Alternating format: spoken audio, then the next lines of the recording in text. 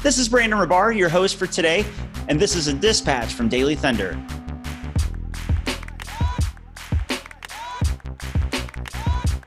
Every story, every game, every day. Welcome to the Daily Thunder podcast. I'm your host, Brandon Rabar, beat writer for dailythunder.com. I am joined, as always, by Daily Thunder contributor Ryan Woods. How are you tonight, buddy? Doing well. How are you? I am okay. I am having mixed emotions over here. First of all, whether or not we should even talk about this game, or do you just want to talk about, I don't know, anything else? Anything else on your mind? We got plenty to talk about with this game. I think we better stay on. I do have mixed emotions because the Thunder lost this game and go down 2-0, and the real killer of it all is the Thunder outplayed the Rockets for like 44 of the 48 minutes and really should have come away with a win. Harden was a -1 in his minutes. The Thunder outscored them with Harden on the floor. But with Harden on the bench, the Rockets outscored the Thunder by 12. It all came down to an early fourth quarter run, a few-minute stretch where the Rockets outscored the Thunder 17-0. If it's not for that run, I think the series is 1-1 right now. And that is what's so hard to stomach. That's the killer stat from the game, right? They lose the minutes with Harden on the bench. And I kind of disagree that I don't think Oklahoma City outplayed Houston for that many minutes. I thought the majority of the first quarter, Houston looked a lot like game one. And then you got a great punch from Austin Rivers off the bench. And then you got more awesome bench play. Everything that a good role player does off the bench, Houston got, and Oklahoma City is not. Chris Paul wasn't good tonight. Schroeder really struggled, and towards the end of that third quarter, the opportunity to jump on Houston was there.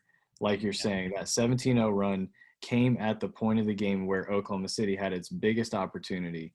We can talk about the lineup that was out there. We can talk about who was left on the bench. But simply put, Dennis was really rough at the end of that third, and it gave Houston a lot of momentum opening up the fourth quarter. And they hit the shots they needed to, and Oklahoma City's offense was stuck in mud. We can talk about Houston's defense. That is what I've been most surprised by and most impressed by is Houston's phenomenal defense. Yeah, that's what won them in this game was their defense, especially that fourth quarter defense. They're switching everything, and they're just swarming the ball. The Thunder should just be killing them on the boards, but they're just swarming to rebounds as well. And even though, Adams is a giant down there, he's got 3 bodies on him every time. And again, the Rockets are daring the Thunder to shoot, and they're leaving guys open that they don't feel like can hit threes. And it's forcing the lack of bigs for the Rockets has been a huge advantage for the Rockets this series because they're switching everything. And Chris Paul normally abuses bigs. He attacks mismatches. He always gets a screen and gets a big on him, and then he cooks him. He either hits a mid-range or he goes to the basket. He blows by him, goes to the basket. He's not able to do that because everybody that's switching now is, 6'4", 6'5", 6'7". And so it's a lot tougher for Chris Paul. And then, Steve-O's getting doubled down in the paint. Even though he's shooting efficiently, he's not getting enough shots just because he doesn't get the opportunity. So, I know Thunder fans are looking at and getting frustrated by iso ball, and it is frustrating, but there's a reason. There's a schematic reason why it's happening. The Thunder are out of sync because the Rockets are forcing that with their defense. It's unlike anything the Thunder or really the league has seen this year. No question. And I was reading an older Mike Prada piece today that he brought up. He talked about Covington and Tucker. Their ball pressure and ball containment is the Rockets' form of rim protection.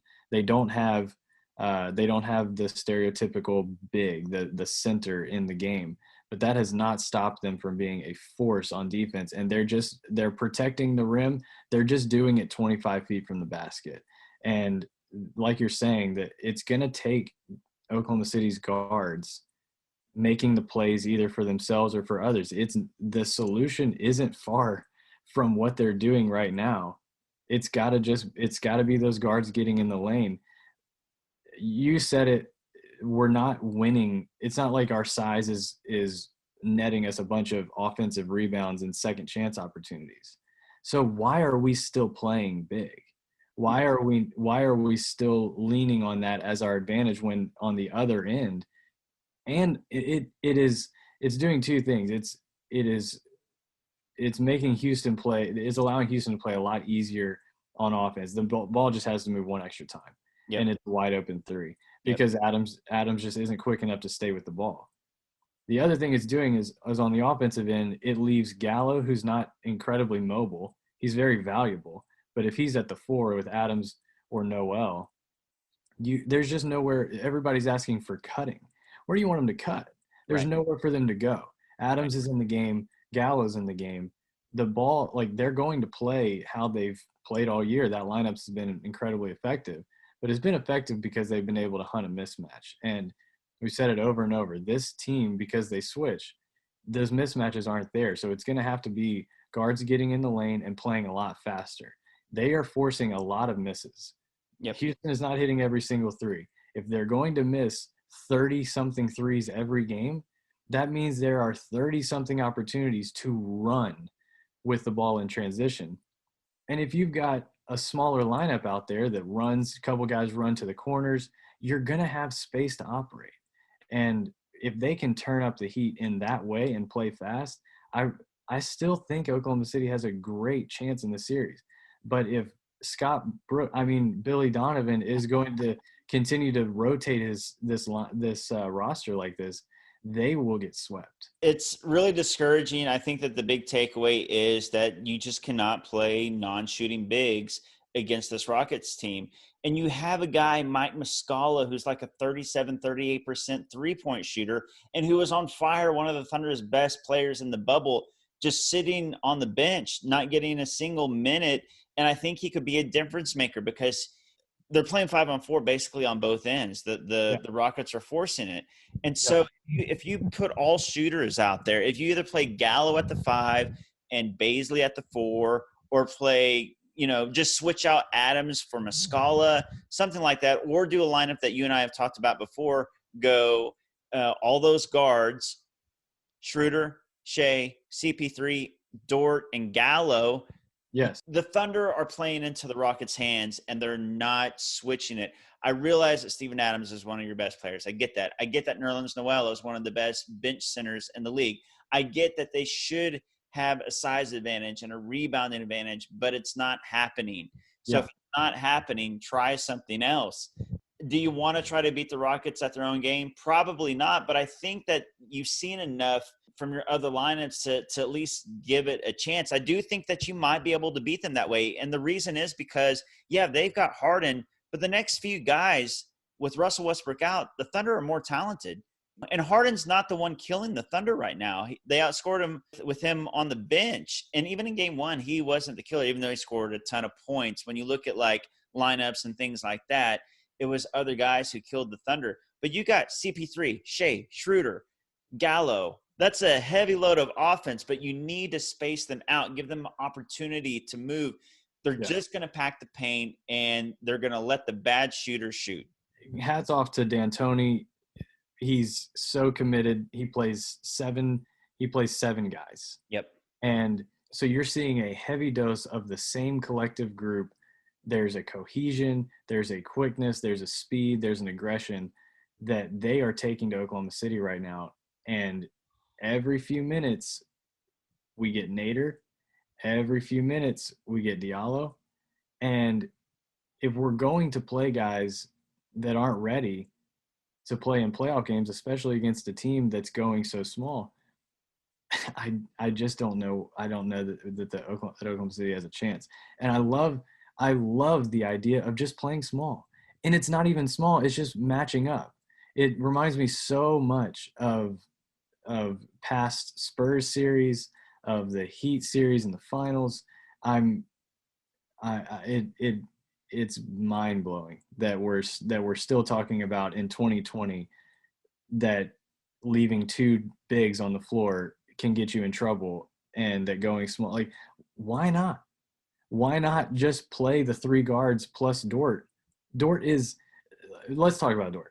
One of the best defensive performances I've watched all year in his very first playoff game against arguably the best scorer in the league. Just did an outstanding job. Hit a couple threes, missed a few early, but hit a couple late.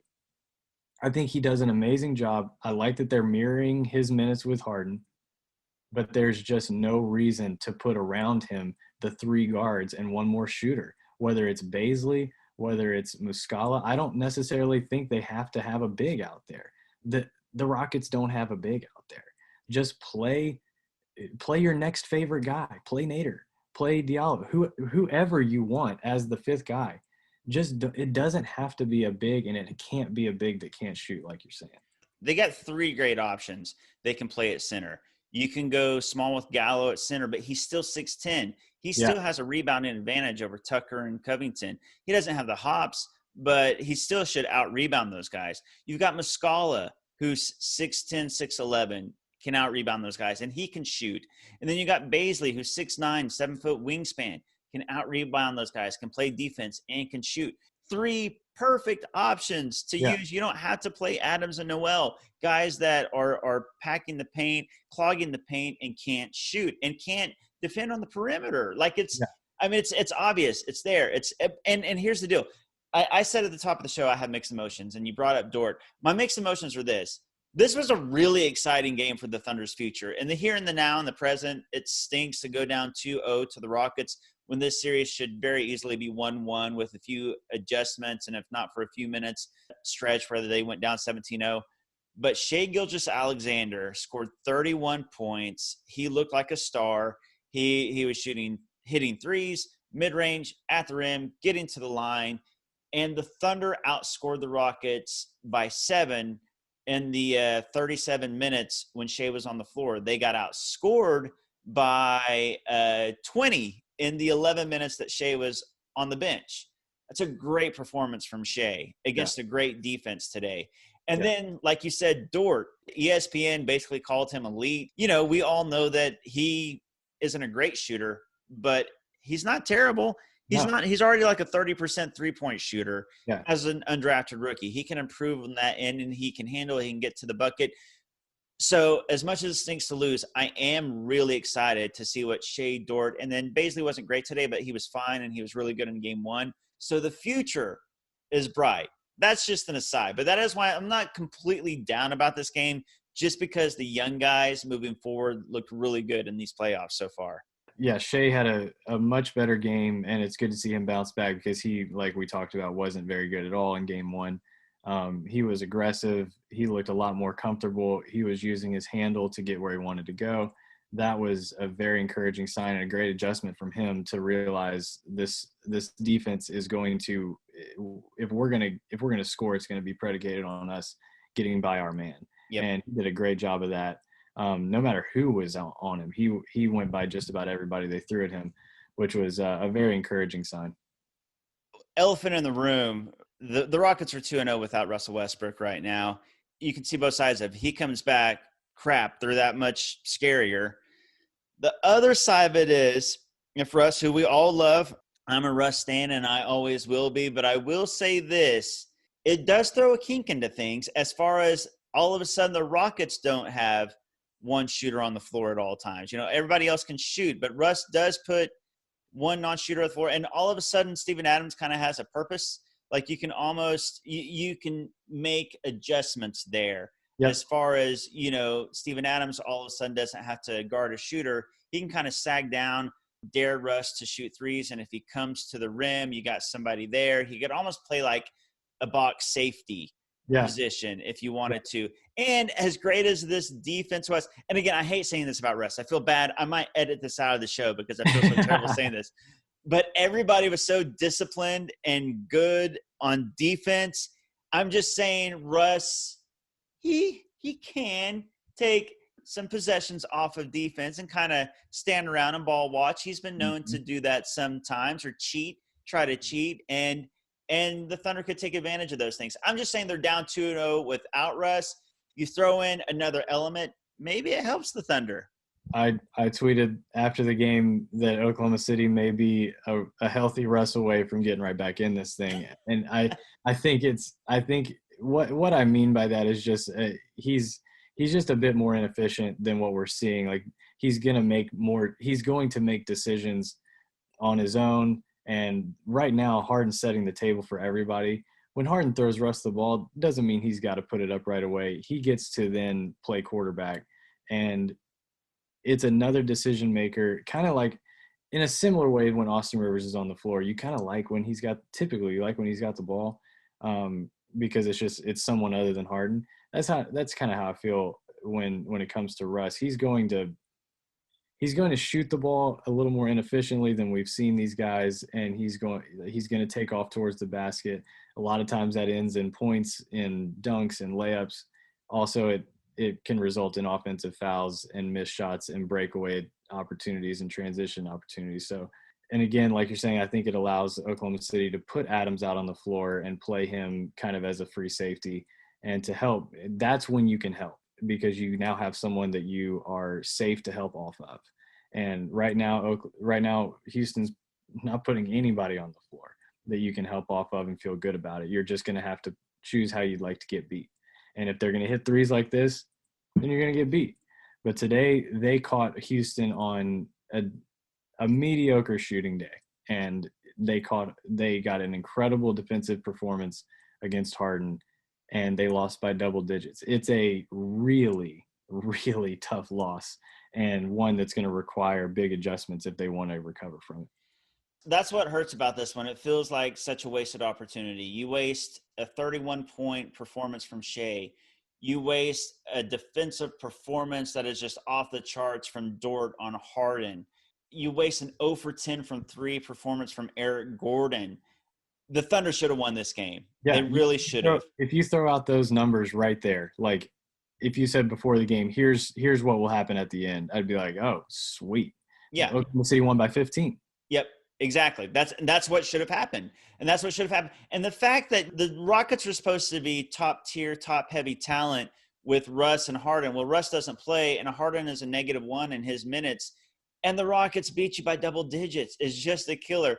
I mean, I hate to keep going back to that stretch, but it was that early fourth quarter stretch. I mean, that was a 17-0 stretch. Harden's on the bench, and that's the game. I do think it shows that if you can't beat this team when all those things that we said go right for you, when you should have won by double digits and you're still on the bad end of a loss, maybe it is schematic. Maybe it is something about your rotations and the guys that you're playing, because all of a sudden it doesn't feel like a talent issue. It feels like what are you throwing out there lineup-wise issue. Yeah, and we're talking about rebounding advantages.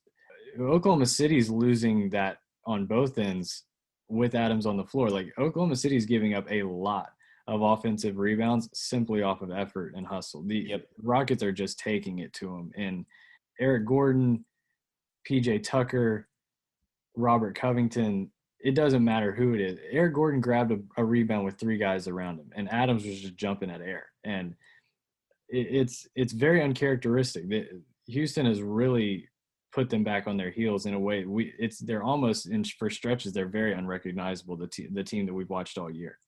It really is. And I think the reason they're unrecognizable is I just think that we drew the worst possible matchup in the first round. When 2 of your best players are Adams and Noel, 2 of the 6 best players for the Thunder are centers, and they're a hindrance this series. No knock against them, just because of what the Rockets are doing. And then your best player, when you're playing against a team with no bigs, can't do what he normally does offensively. It's just a terrible matchup for the Thunder unless they make some adjustments and change their ideas of how they're going to attack this team, both offensively and defensively. I don't think this is a case where you can out-execute them with the current plan that you have, because I think today they did, for the most part, out-execute them as far as what they could control.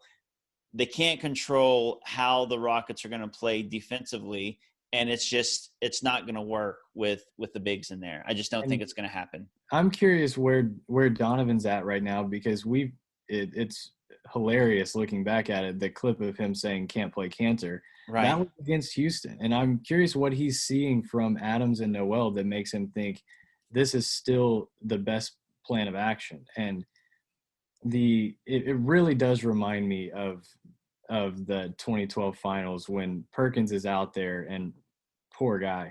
I remember saying it back then, like the issue isn't with Perkins, obviously. Yeah, it's not his fault.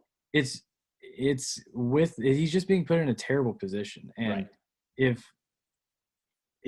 Donovan will just roll out there your four favorite guards, which we all know who they are. Yeah. They all play so well together. They all have such great complementary strengths. And then throw Gallo with them.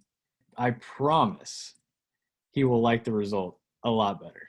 It is ready-made to roll out. And like you're saying, past Russ and Harden, I like our guys. Yep. If it's me, as much as I love Adams and Noel, I would at least try giving the bulk of those minutes to Muscala and Baisley at center, Gallo at center as well, and just see what happens. I mean, you're down 2-0. It's the time to try some things to just see what works. Bummer of a loss, because I feel like it's a game the Thunder had and should have won when you look at all the numbers. Bright side, the Thunder aren't even supposed to be here. Let's keep it in perspective. Making the playoffs was a success. You're playing a team that was supposed to be a title contender, and right now they look like it. This isn't the same Rockets we played earlier in the season, because we didn't play the small ball Rockets. They look dominant right now, and that's without Russell Westbrook. When you look at this Thunder team, it should be all about the future. And the future guys, Shai and Dort, were the Thunder's best players today. So some good things to take away from this game as well. Don't get too down. Thunder fans, we've got more basketball to play. It's a 7-game series. Only down 2-0. And we're headed back to Oklahoma City. That's right. Next 2 games are at home. You know how it goes. Series hasn't even started yet. Ryan, thank you so much for joining us again. As always, my bad. Cheers.